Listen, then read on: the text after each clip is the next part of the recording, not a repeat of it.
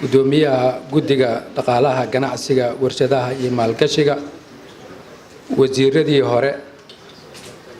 mas'uuliyiinta ka socda gobolka Banaadir taliyaha ciidamada asluubta qaranka culumaad diinta madaxda ruuta ganacsiga ururada haweenka dhammaan ka soo qaybgalayaasha iyo bahda saxaafadda waxaan idin leeyahay assalaamu calaykum wa rahmatullaahi wa barakaatuh runtii waxaa aad iyo aad sharaf weynaya inaan maanta aan idinkala soo qayb galo xafladan sida quruxda badan loo agaasimay isla markaasna ugub ah oo ayadoo kale hore aysan u dhicin in shirkad Soomaaliyeed ee isxilqaanto ay tiraaho waxaan rabaa dadka danta yar oo aan waxba iska bixi karin inaan ku maartay ku tabaruco ardadii inay wax baro runtii waa barnaamij yimid waqti loo baahnaa sababtoo ah dalkeena shaqo la'aan ayaa ka jirto dadka waxaa laga yaabaa in badan inaysan shaqaynin dhaqaalaha iyo waxbarashadana way isku xiran waalidka haduusan waxbarasho shaqo haysanin ama dhaqaale wanaagsan uusan haysanin ma awoodo inuu maartay caruurta wax baro arrinka marka waxay fursad siinaysaa dan yartaas awoodin in caruurtoodii waxbarasho ay helaan haddii caruurtu waxbarasho ay helaan mustaqbalka waxa soo baxay jiil waxbartay awoodo inay shaqaystaan marka caruurtu haddana ay awoodo inay wax ka bixiyaan marka waa fursad runtii aan dhihi karo waa fursad qaran oo ummadda Soomaaliyeed iyo dibudhiskii qaranka wax badan ku soo kaabayso anaga wasaaradda boosada isgaarsiinta iyo teknolojiyada barnaamijkan aad iyo aad ayaan u soo dhaweynaynaa waxaanu qabnaa hormuud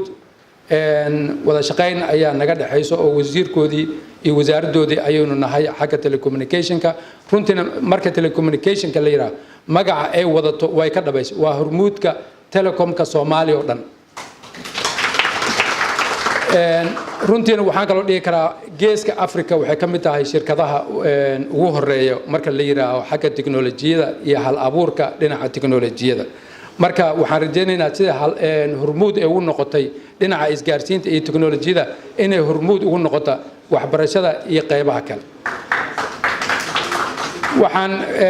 ku tali lahaa ama soo jeedi lahaa hormuud foundation oo runtii aad ugu amaanayno taladan wanaagsan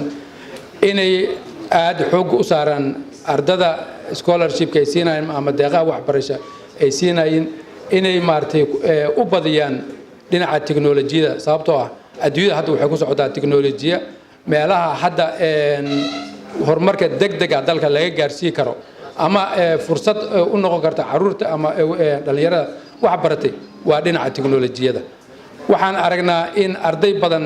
noo soo baxaan laakiin haddana shaqo la'aanta ay badan tahay aynu aragno in shaqo dibadda laga keeno dad dibadda laga keeno sababtoo waxaan iswaafaqayn baahida shaqo ee maartay dalka iyo ganacsatadeena iyo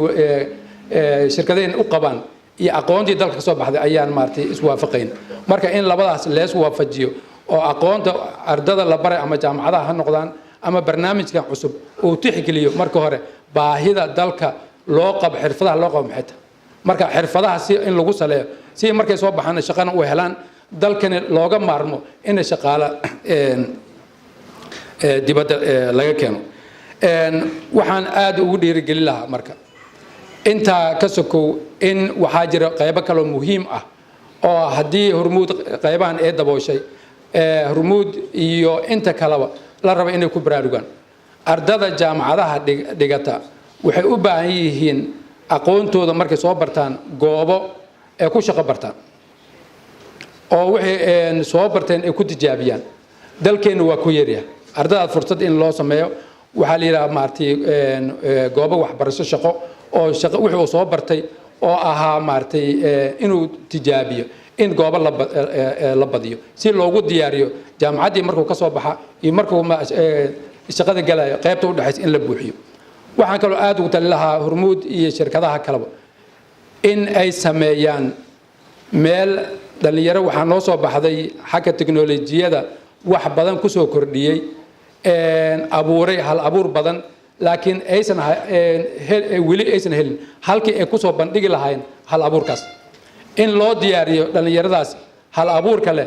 ee maartay meelo ay ku tijaabiyaan ee ku soo saaraan in aydan maartay loo diyaariyo marka waxaan rabaa in hormuud foundation iyo shirkadda hormuud guur ahaanba inaan ku dhiirigeliyo runtiina aad iyo aad aan ugu ammaanayno aragtida wanaagsan markasta innovationka ama hal abuurka xagga technology telecommunicationka iyo maaliyadda ama finance-ka hadda ay waxbarashada markastaba bulshada ay ka horeeyaan u sii iftiimiyaan oo halkii loo socdo aad iyo aad ayaan taas ugu ammaanaynaa laakiin waxaan hoos ka xariiqayaa inay noqoto mid gaarsiisan